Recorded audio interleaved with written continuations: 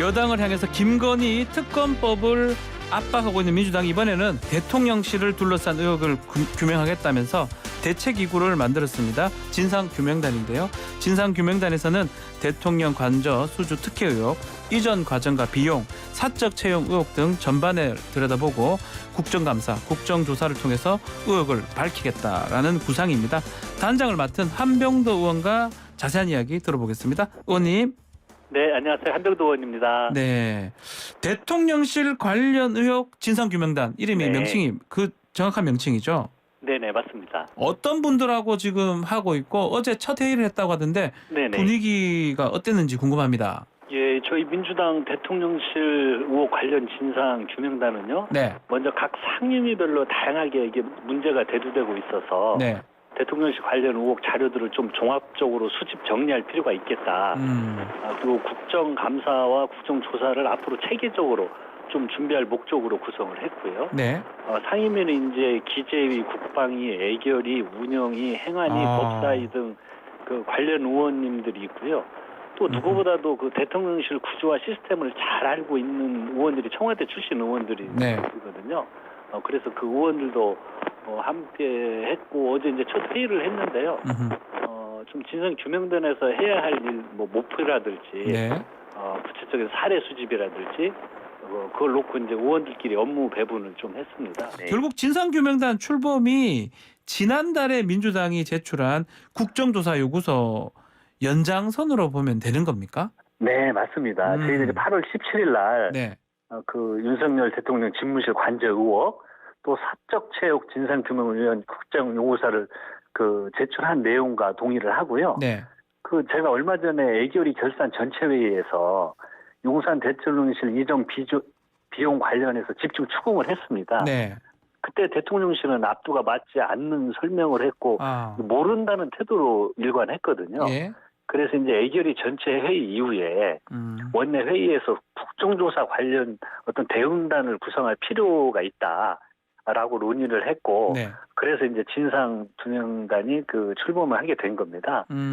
이제 앞으로 추가로 이제 제기되는 의혹이나 제보가 있다면 예. 그것도 좀 함께 들여다볼 예정입니다. 어제 첫 회의에서 우리 단장님이 대통령실 이전 개혁 사실상 날조였다 이렇게 지적을 했는데 이 어떤 측면에서 그랬다는 거죠?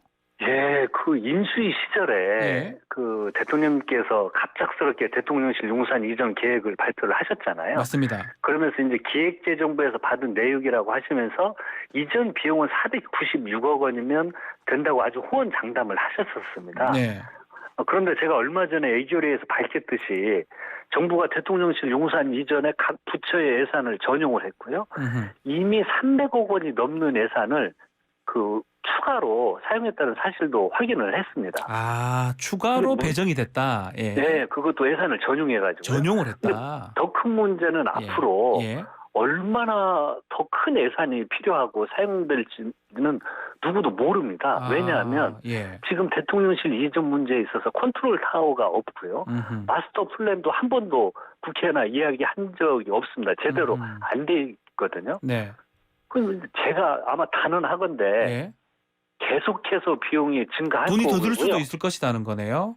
예, 아마 바로 또 나옵니다. 계속해서 저는 발표를 할 거고요. 예.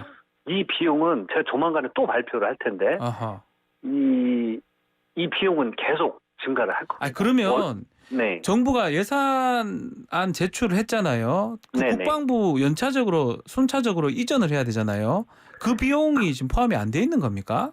지금 그 비용도 포함을 안 하는 거예요. 대통령실이 국방부로 이전하면 지금 합참은 남태령으로 이전을 한다고 하거든요. 남태령에 있는 부대들은 딴 데로 가야 될 거고요. 때로 가고 바로 가야 되고 건물을 새로 지면 그것만 해도 2,900억 원의 예산이 들 거라고 예상을 하고 있습니다. 그거 하나만. 그리고 또 제가 지금 조사를 하고 있는데 조만간 또 이전하면서 또 지어야 될 건물들이 있기 때문에 그걸 파악하고 있는데 조만간 또 발표를 하겠습니다. 그러면 또 남태령이 합참만 짓는 게 아니고 건물을 지은 다음에 컴퓨터 시설이라든지 시스템, 안전관련 시설 들어가면 이건 정말 저희들이 민주당에서 초기 제기했던 정말 1조 원에도 육박하지 않을까 이런 걱정이 들고요. 그래서 이럴 거면 그냥 청와대를 새로 하나 짓지. 정말 천문학적인 돈이 들어가고 있습니다. 자, 이 한남동 관저공사 역시도 논란에 휩싸이고 있는데 예. 이것도 중심에 김건희 여사가 있다고 예. 단장님이 그 주목하는 그런 부분이 있을까요? 예, 대통령실 관련 의혹이 이제 크게 그 용산 이전 네. 관련해서 추가 예산 지금 저희들이 하고 있는 거고요. 네.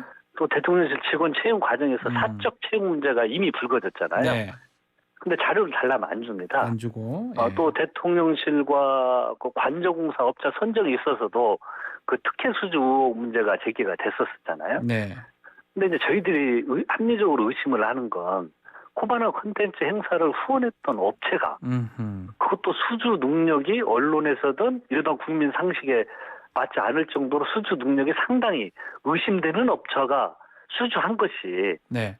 그것이 우연치고는 너무도 우연한 아닙니까? 우연. 그래서 저희들은 이런 아니다. 게 예. 절차적 하자 없이 수주했다고 그 답변을 하고 있는데 예.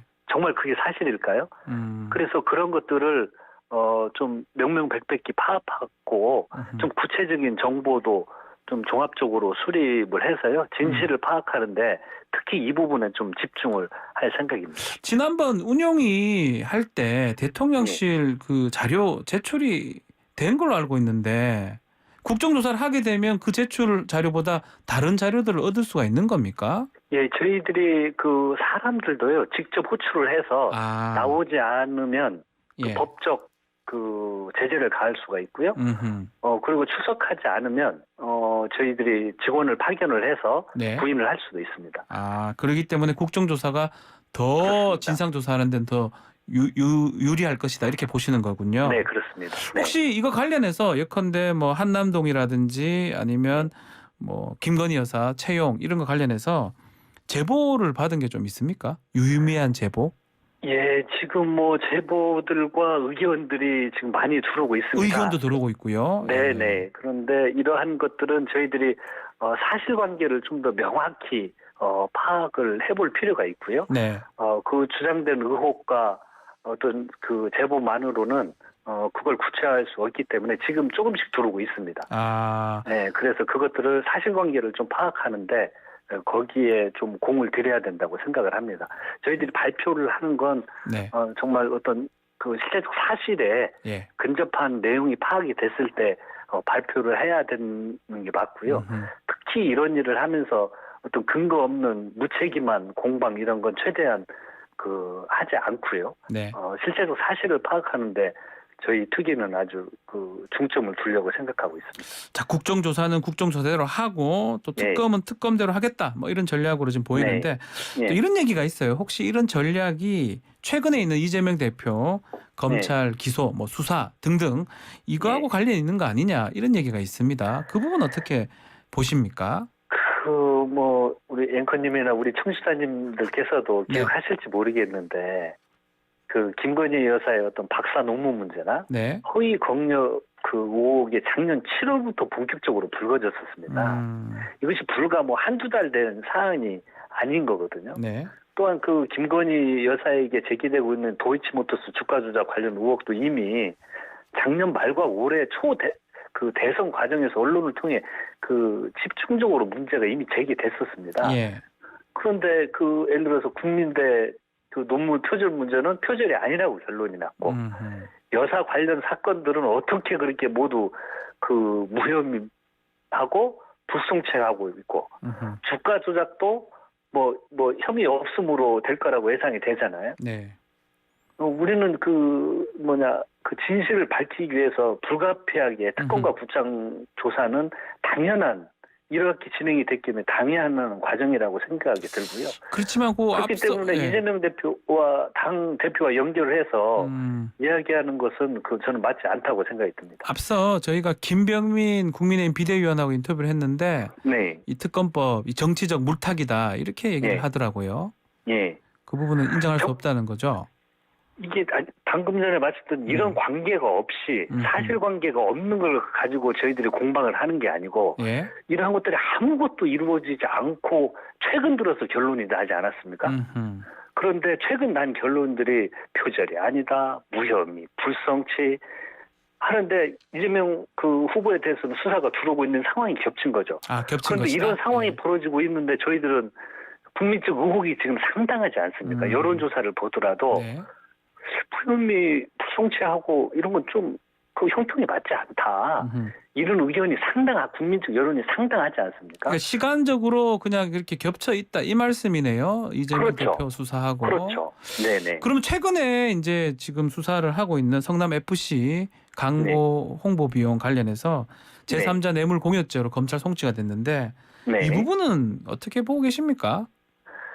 그러니까 지금 뭐 그거 외에 뭐 대장동 예. 뭐 FC 그 국정조사 아니 국정감사 과정에서 질의하고 답변은 공직선거법 위반요. 예, 말한 내용 모든 의혹이 지금 정광석각처럼 다 기소를 하고 있지 않습니까? 수사하고 모두 기소를 하고 있는데 저희들은 그래서 의심이 가는 겁니다.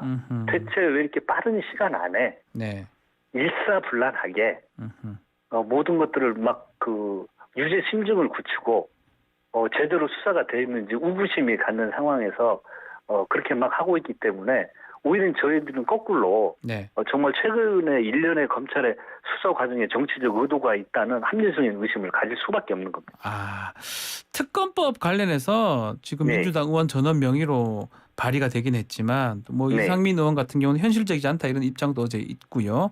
특히 조정훈 시대전환 대표 법사위원으로 있는데 이 조정훈 의원을 설득하지 않으면 패스트트랙 하기가 좀 어렵지 않습니까?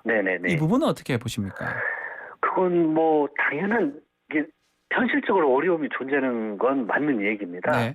예를 들어서 법사위원장이 국민의힘이 맡고 있기 때문에 김도우 위원장이죠. 특검을 막을 거 아닙니까? 또 국정조사를 하려면 국회의장님의 결심이 있어야 됩니다. 그리고 패스트트랙을 하려면 조정훈 의원의 동의가 있어야 되고요. 그런데 제가 청와대 정무수석을 하고 여당 수석을 할 때 야당에서 수많은 국정조사와 특검 요구가 있었지만요. 그때 여야가 합의해서 이런 게 이루어진 사례가 없습니다. 즉 절차상의 사람의 문제로 특검이 되는 게 아니고요. 결국은 다 국민 여론이었습니다.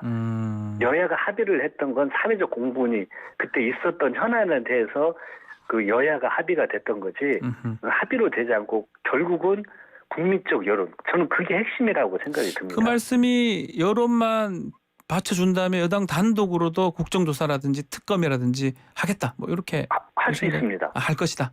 예, 국민 여론이 있으면 국정조사를 어떻게 안 합니까? 정치에 있어서 그 권력의 주체인 국민들께서 명하는데 하지 않겠다고 어느 정치 집단이 버티실 수 있겠습니까? 지금 상황상으로는 뭐 여론조사 구체적으로 말씀 안 하지만 꽤 높기 때문에 가능성이 높다 이 말씀이네요. 그렇습니다. 알겠습니다. 자, 오늘 말씀 여기까지만 듣겠습니다. 감사합니다. 네, 초대해 주셔서 감사합니다. 더불어민주당 한병도 의원과 함께했습니다.